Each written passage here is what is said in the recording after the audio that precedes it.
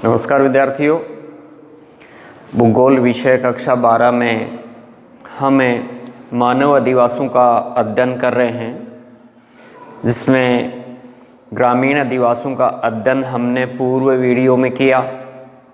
आज हम नगरीय या शहरी अधिवासों का अध्ययन करने जा रहे हैं, जिसमें नगरीय अधिवासों की परिभाषा या नगरीय अधिवास में कौन सी विशेषताएं होती हैं, इसका पूर्व के वीडियो में हमने वर्णन किया था। आज हम उससे आगे नगरीय अधिवासों के प्रकार, कितने प्रकार के होते हैं नगरीय अधिवास। तो पहला है जनसंख्या के आकार के आधार पर, कि नगरीय अधिवासों को परिभाषित करने का जो आधार विद्वानों ने जो तय किया है, वो पहला आधार है जनसंख्या का आकार। और जनसंख्या के आकार के आधार पर जिस तरीके से हमने पूर्व वीडियो के अंदर अध्ययन किया था कि हर राष्ट्र में जनसंख्या का जो आकार है वो भिन्न भिन्न होता है, क्योंकि कुछ राष्ट्र जनसंख्या में बड़े होते हैं तो वहाँ पर आधार भी बड़ा रखा गया है। कुछ इतने छोटे राष्ट्र हैं जनसंख्या के मामले में कि वहाँ के नगरों में कुछ हजार की जनसंख्या पाई जाती है। नगरीय सीमा में आने के लिए कुछ सैकड़ों की जनसंख्या ही वहाँ अनिवार्य है, जबकि जितने बड़े देश हैं जनसंख्या में, वहाँ पर जनसंख्या का पैमाना जो है वो भी बढ़ जाता है। इसके बारे में हमने इससे पहले के वीडियो के अंतर्गत देखा समझा था कि यूरोप के बहुत सारे ऐसे राष्ट्र हैं जिनके अंतर्गत कुछ सैकड़ों की संख्या या कुछ हजार किसी नगरीय सीमा के लिए अनिवार्य है, जबकि भारत में ये सीमा उतनी ही बढ़ जाती है। तो जनसंख्या के आकार के आधार पर नगरों को 5 भागों में वर्गीकृत किया है, जिसके अंतर्गत पहला है जिसे हम कस्बा कहते हैं, एक टाउन कहते हैं या प्राथमिक नगर कहते हैं, जो नगरीय क्षेत्र की शुरुआत होती है, जिसके अंतर्गत जनसंख्या का जो आकार है वो 10,000 से लेकर के 1 लाख तक का रखा गया है। अगर इसके बीच 10,000 से लेकर के 1 लाख तक की जनसंख्या नगरीय क्षेत्र की है तो उसे हम कस्बा कहते हैं या प्राथमिक नगर कहते हैं, क्योंकि यहाँ से नगर की शुरुआत होती है। बहुत सारे हमारे आस पड़ोस के जो कस्बे हैं, शाहपुरा है, कोटपुतली है, चौमू है, ये कस्बों के रूप हैं। इसके बाद में आता है नगर, जहां 1 लाख से लेकर के 10 लाख तक की जनसंख्या पाई जाती हो, उस नगरीय बस्ती को या अधिवास को हम नगर कहते हैं। उसे एक नगर की परिभाषा में शामिल किया गया है, जहां जनसंख्या 1 लाख से लेकर के 10 लाख तक की आबादी जिस बस्ती की होती है उसको नगर कहते हैं। जिसमें जैसे हमारा अलवर है, झुंझुनू है, सीकर है, जैसलमेर है, बाड़मेर है, टोंक है, ये हमारे राजस्थान के जो जिला मुख्यालय हैं कुछ, वो इस नगर की परिभाषा में शामिल किए गए हैं, 10 लाख से नीचे की आबादी वाले। तीसरा प्रकार है महानगर, जहां जनसंख्या 10 लाख से लेकर के 50 लाख तक की जनसंख्या होती है। उस बस्ती को, उस आबादी क्षेत्र को महानगर कहते हैं, जहां पर सभी प्रकार के प्रशासनिक मुख्यालय होते हैं, औद्योगिक नगर होते हैं, परिवहन के केंद्र होते हैं, ये व्यापार वाणिज्य के केंद्र होते हैं, या यूं कह सकते हैं कि अधिकांश जो प्रशासनिक इकाइयां होती हैं उनके मुख्यालय होते हैं, या यूं कहें किसी भी प्रशासनिक इकाई यानी कि राज्य के मुख्यालय होते हैं या ये वहाँ की राजधानी होते हैं। तो यहाँ से पूरे राज्य का प्रशासन चलता है। तो इस प्रकार से ऐसे महानगरों को हमें प्रशासनिक नगर भी कहते हैं। इनमें चाहे औद्योगिक नगर हो, व्यापारिक नगर हो, परिवहन के केंद्र हो, ये सब महानगर की सीमा में शामिल किए जाते हैं। इसके बाद में जो चौथा प्रकार है वो है सन्नगर, कॉन्वर्जेंट सिटी जिसको कहते हैं। सन्नगर, जुड़वा नगर, जहां जनसंख्या 50 लाख से ज्यादा 1 करोड़ तक, जिस नगरीय क्षेत्र की, महानगरीय क्षेत्र की जनसंख्या पाई जाती है उसको सन्नगर कहते हैं। सन्नगर 2 या 2 से अधिक नगरों के आपस में जुड़ने से विकसित एक समूह बन जाता है, लंबा चौड़ा क्षेत्र बन जाता है, उसको सन्नगर कहते हैं। जुड़वा नगर, 2 नगरों का जो आबादी क्षेत्र बढ़ता चला जाता है और दोनों जो पहले शुरुआत में जिनके बीच एक लंबा चौड़ा खाली जगह हुआ करती थी, वो खाली जगह आवासों के कारण भरने लग जाती है और ये दोनों नगर आपस में जुड़ जाते हैं। ऐसे नगरों को, ऐसे महानगरों को सन्नगर कहते हैं, जुड़वा नगर कहते हैं। जिसमें जैसे दिल्ली गुड़गांव है, दिल्ली नोएडा है, ठीक है, हैदराबाद सिकंदराबाद है, ये इस प्रकार के उदाहरण हैं भारत में। विश्व के अंतर्गत बात करें हम लोग तो टोक्यो, नगोया जैसे क्षेत्र हैं वो इस परिभाषा में शामिल किए जाते हैं। सन्नगर शब्द की या शब्दावली का सर्वप्रथम प्रयोग करने वाले एक व्यक्ति पैट्रिक गिडिज, सन्नगर शब्दावली का सर्वप्रथम प्रयोग करने वाले व्यक्ति थे पैट्रिक गिडिज। इन्होंने सर्वप्रथम सन्नगर शब्दावली का प्रयोग किया था 1915 में। एक ऑस्ट्रेलियाई विद्वान थे ये, तो इन्होंने सन्नगर शब्द का सर्वप्रथम प्रयोग 1915 में किया था और इस शब्दावली को परिभाषित किया था कि सन्नगर किसे कहेंगे, कैसे विकसित होते हैं। तो इसके बारे में जानकारी देने वाले विद्वान थे पैट्रिक गिडिज, जिन्होंने 2 नगरों के आपस में जुड़ने से उनको जुड़वा नगर भी कहा। इसके बाद में बात करते हैं मेघानगर। मेघानगर एक से अधिक सन्नगर आपस में जुड़ करके, या यूं कहें कि बहुत सारे नगरों का एक समूह होता है, ये इसे मेघानगर कहते हैं। मेघानगर शब्दावली मेगालोपोलिस, जो लैटिन भाषा का शब्द है मेगालोपोलिस,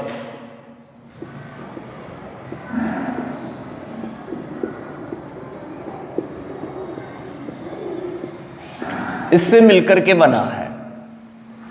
मेगालोपोलिस शब्दावली जो है वो मेघानगर को परिभाषित करती है और इसका मतलब होता है महानगरीय समूह, जिसमें एक से ज़्यादा सन्नगर होते हैं या छोटे छोटे बहुत सारे आस पड़ोस के नगरों का एक समूह बन जाता है। जैसे मुंबई है, बहुत सारे उसके पास जो उपनगरीय क्षेत्र हैं उनको मिलाकर के मुंबई मेगालोपोलिस या मेघानगर के रूप में विकसित हुआ है।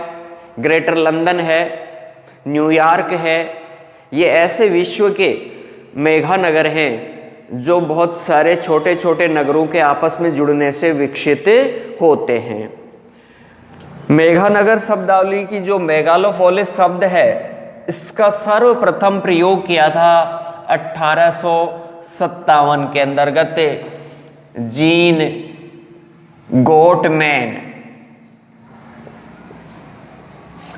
गोटमैन नामक विद्वान ने 1857 के अंदर मेगालोपोलिस शब्दावली का प्रयोग किया, अर्थात मेघानगर का प्रयोग किया। ये छोटे छोटे या बड़े बड़े नगरों के आपस में जुड़ने से एक समूह बन जाता है, जिसमें हम मुंबई समझ सकते हैं, टोक्यो कह सकते हैं, लंदन, ग्रेटर लंदन है, न्यूयॉर्क है। ऐसे ये मेघानगर के उदाहरण हैं। तो जनसंख्या के आकार के आधार पर ये 5 प्रकार के नगर या नगरीय अधिवास हैं वो हैं। इसके बाद में हम नगरीय अधिवासों में पाई जाने वाली जो मुख्य समस्याएं हैं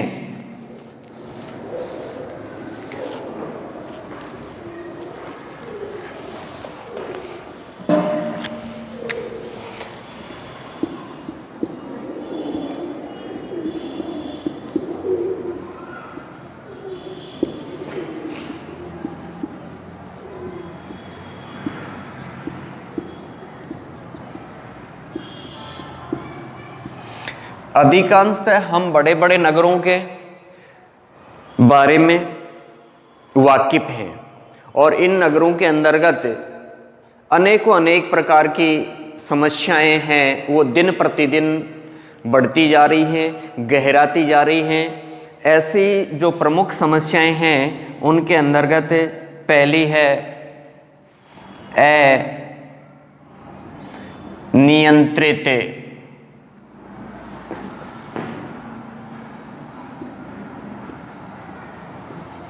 आवासों की अधिकता। दूसरा, भीड़ भाड़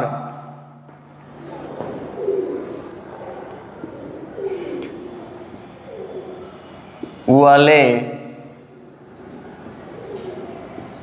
स्थानों में इजाफा या बढ़ोतरी। तीसरा,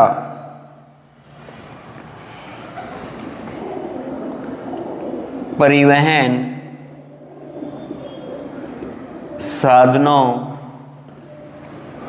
का बढ़ता दबाव।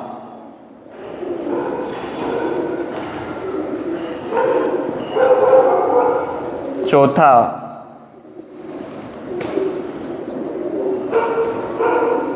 बेरोजगारी की समस्या।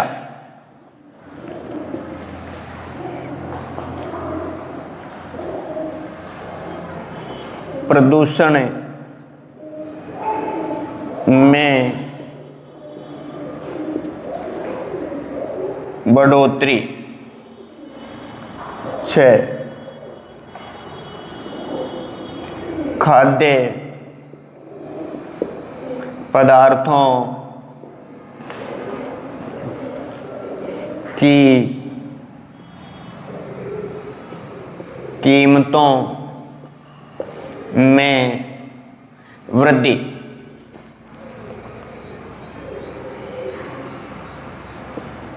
खाद्य पदार्थों में मिलावट।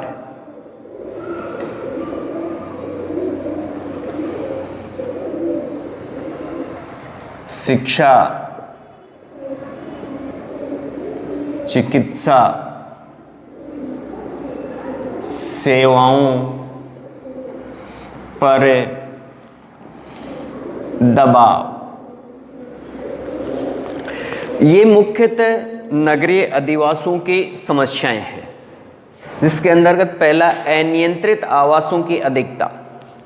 जिस तरीके से आज हम देखते हैं कि ग्रामीण क्षेत्र से लोग शहरी क्षेत्रों की ओर जब प्रवास करते जा रहे हैं, शहरों के अंतर्गत भूमि की उच्च कीमतों की वजह से हर व्यक्ति बड़े या खुले स्थानों पर आवास बनाने में असमर्थ होते हैं। ये लोग वहाँ जहाँ तहाँ भूमि जब छोटे रूप में मिलती है इनको, तो वहीं जा कर के अपने आवासों का निर्माण कर लेते हैं, जिससे कि आगे सुविधाओं का विस्तार करने में कई प्रकार की समस्याओं का सामना करना पड़ता है। नियोजित तरीके से बस्तियों का विकास नहीं हो पाता है।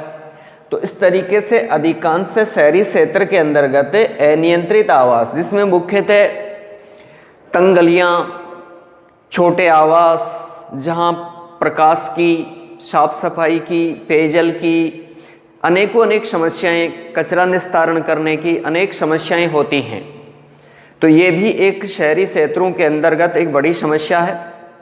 इसके बाद में भीड़ भाड़ वाले स्थानों में इजाफा, क्योंकि शहरों की जैसे जैसे आबादी बढ़ती जा रही है वैसे वैसे भीड़ या लोगों के समूहन का एक बड़ा केंद्र बनते जा रहे हैं, जहाँ पर बाज़ारों के अंदर भीड़ भाड़ का बढ़ना, कोलाहलपूर्ण वातावरण विकसित होता जा रहा है। तो अधिकांश शहरों का जो जीवन है वो शोरगुल के अंतर्गत बीत रहा है। तो ऐसे अनेक समस्याएं इससे जुड़ रही हैं। तीसरा, परिवहन साधनों का बढ़ता दबाव। शहरों के अंतर्गत परिवहन के साधन इतने अधिक मात्रा में हैं, लेकिन फिर भी उन सभी परिवहन साधनों के अंतर्गत भीड़ देखने को मिल रही है, जिससे गली में, सड़कों पे, बाज़ारों के अंतर्गत परिवहन साधनों की रुकावट, ट्रैफिक जाम जैसी अनेक समस्याएं, जिसमें कि व्यक्ति को अपने गंतव्य स्थान तक पहुंचने में समय से अधिक समय व्यतीत करना पड़ रहा है। इसके बाद में बेरोजगारी की समस्या। ग्रामीण क्षेत्र से लोग इस आस में शहरों की ओर पलायन करते हैं कि शहरों में उनको अपनी आवश्यकता अनुसार रोजगार मिल जाएगा, लेकिन रोजगार पाने वाले लोगों की भीड़ इतनी अधिक हो चुकी है शहरों के अंतर्गत कि वहाँ पर भी बेरोजगारी की समस्या उत्पन्न हो रही है। रोजगार देने वाले जो केंद्र होते हैं उनमें कमी हो रही है और रोजगार पाने वाले लोगों की संख्या में बढ़ोतरी हो रही है, जिससे कि लोगों को उनकी इच्छानुसार, क्षमतानुसार, योग्यतानुसार रोजगार नहीं मिल पा रहा। लोगों को अपनी योग्यता से कम मेहनताने पे रोजगार करने पर उनको विवश होना पड़ रहा है। तो इस तरीके से बेरोजगारी की समस्या भी ग्रामीण अधिवासियों के, ये शहरी अधिवासियों के अंतर्गत विस्तृत रूप ले चुकी है, विकराल रूप ले चुकी है। प्रदूषण के अंतर्गत बढ़ोतरी।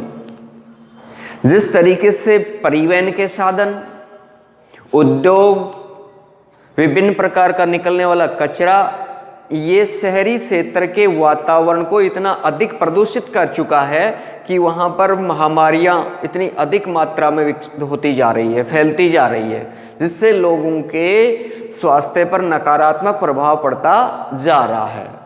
शुद्ध वातावरण नहीं मिल पाता, शुद्ध पेयजल नहीं मिल पाता, शुद्ध खान पान नहीं मिल पाता। तो इस तरीके से शहरी लोगों के जीवन पर प्रदूषण का एक व्याकुल प्रभाव पड़ता जा रहा है। इसके बाद में खाद्य पदार्थों की कीमतों में वृद्धि, क्योंकि शहरों में जो भी खाद्य पदार्थ हैं वो ग्रामीण क्षेत्रों से जाते हैं। तो ग्रामीण क्षेत्रों से जब वो शहरों तक पहुंचते हैं और जब उपभोक्ता उन वस्तुओं को क्रय करते हैं, तब तक उनकी कीमतें बहुत अधिक मात्रा में बढ़ जाती हैं। उच्च मूल्य पर उनको खरीदना पड़ता है, जिससे कि आर्थिक स्थिति पर उनके इसका नकारात्मक प्रभाव पड़ता है। ये भी शहरी क्षेत्रों के अधिवासियों की एक व्यापक समस्या है। 7, खाद्य पदार्थों में मिलावट। शहरों के अंतर्गत जो व्यापारी वर्ग हैं वो अधिक मुनाफा कमाने के चक्कर में खाद्य पदार्थों के अंतर्गत भिन्न भिन्न प्रकार की वस्तुओं का मिलावट करके और अधिक मुनाफा कमाने की कोशिश करते हैं। साथ में ही बेरोजगारी, ये मिलावट के साथ साथ में कालाबाजारी जैसी समस्या, मुनाफाखोरी की समस्या भरपूर मात्रा के अंतर्गत शहरों में मौजूद है, जिनका सामना वहाँ के लोगों को अक्सर आए दिन करना पड़ता है। अगली समस्या है शिक्षा, चिकित्सा जैसे सेवाओं के ऊपर दबाव बढ़ता जा रहा है, क्योंकि जिस तरीके से शहरी आबादी बढ़ रही है उसकी तुलना में वहाँ पर लोगों को प्राप्त होने वाली, चाहे वो शिक्षा की हो, चिकित्सा की हो, परिवहन की हो, पेयजल की हो, ये सारी सुविधाएं उनकी तुलना में उनमें वृद्धि नहीं हो पाती है। इसलिए सीमित क्षेत्र के अंतर्गत जो ये सेवाएं हैं उनको पाने वाले लोगों की संख्या हजारों होती है, तो उन पर दबाव बढ़ता जा रहा है, जिससे कि प्रत्येक नागरिक को या प्रत्येक शहरी व्यक्ति को आसानी से ये सारी सुविधाएं या सेवाएं नहीं मिल पाती हैं। तो इनके अलावा साफ सफाई की है, रोशनी की है, इसके साथ साथ में सुरक्षा की है, ऐसी भी कुछ एक समस्याएं हैं वो शहरी क्षेत्रों के अंतर्गत या नगरों के अधिवासों में चोरी डकैती की हैं। ऐसे समस्याएं अनेकों और भी हैं, लेकिन ये बड़ी मेजर समस्याएं हैं जो कि हर एक नगरीय क्षेत्र के अंतर्गत वहाँ के लोगों को भुगतनी पड़ रही है। तो ये मुख्यतः नगरीय क्षेत्रों के अधिवासों के अंतर्गत पाई जाने वाली समस्याएं हैं। अब इन समस्याओं का जो निराकरण संबंधी है वो कोई प्रश्न हमारे इसमें पूछता नहीं है। ज़्यादातर प्रश्न यहीं से पूछता है कि नगरीय बस्तियों के अंतर्गत पाई जाने वाली समस्याएं क्या हैं, और साथ में कभी कभार नगरीय क्षेत्रों के अंतर्गत ऐसी बस्तियां विकसित हो चुकी हैं जिनको हम गंदी बस्ती कहते हैं, जिनको हम कच्ची बस्ती कहते हैं। उन कच्ची बस्तियों के अंतर्गत ये सारी समस्याएं बहुत ज़्यादा मात्रा में हैं। तो कई बार प्रश्न यहाँ से इस प्रकार से पूछ लेता है कि शहरों की गंदी बस्तियों की प्रमुख समस्याएं क्या क्या हैं। तो ये समस्याएं तो हैं ही हैं, उनके साथ साथ वहाँ पर स्थानीय समस्याएं जो हैं वो भी बहुत ज़्यादा मात्रा में हैं। तो चाहे वो शौचालय की हो, साफ सफाई की हो, लाइट की व्यवस्था की बात हो, सुरक्षा की बात हो, लोगों को आवागमन की बात हो, तो ये सारी समस्याएं बड़े बड़े नगरों के अंतर्गत जो गंदी बस्तियां विकसित हो चुकी हैं उनके अंतर्गत पाई जाती हैं। तो जो समस्याएं हैं इन्हीं को हम बढ़ा चढ़ा करके उनके साथ में और गंदी बस्ती की पूछ लेंगे, क्योंकि गंदी बस्ती में ज़्यादातर समस्याएँ होती हैं और जो आधुनिक और अच्छे नगर होते हैं उनके अंतर्गत ये समस्याएँ कम होती हैं। तो ज़्यादातर छोटे नगरों की या गंदे नगरों की जहाँ गंदी बस्तियाँ होती, कच्ची बस्तियाँ होती हैं, उनके लिए प्रश्न ज़्यादातर हमारे सिलेबस में या हमारे बोर्ड परीक्षा के अंतर्गत पूछता है। तो उस पर हमें ज़्यादा विशेष ध्यान देना है। तो ये हमारी बस्तियों के संबंधित जो चैप्टर था हमारा ये कंप्लीट होता है। उसके बाद में हम हैं जो खनिजों वाला जो लेसन हमारा अगला है हमारे सिलेबस में उसको देखेंगे। उसके लिए आप अगला वीडियो देखें।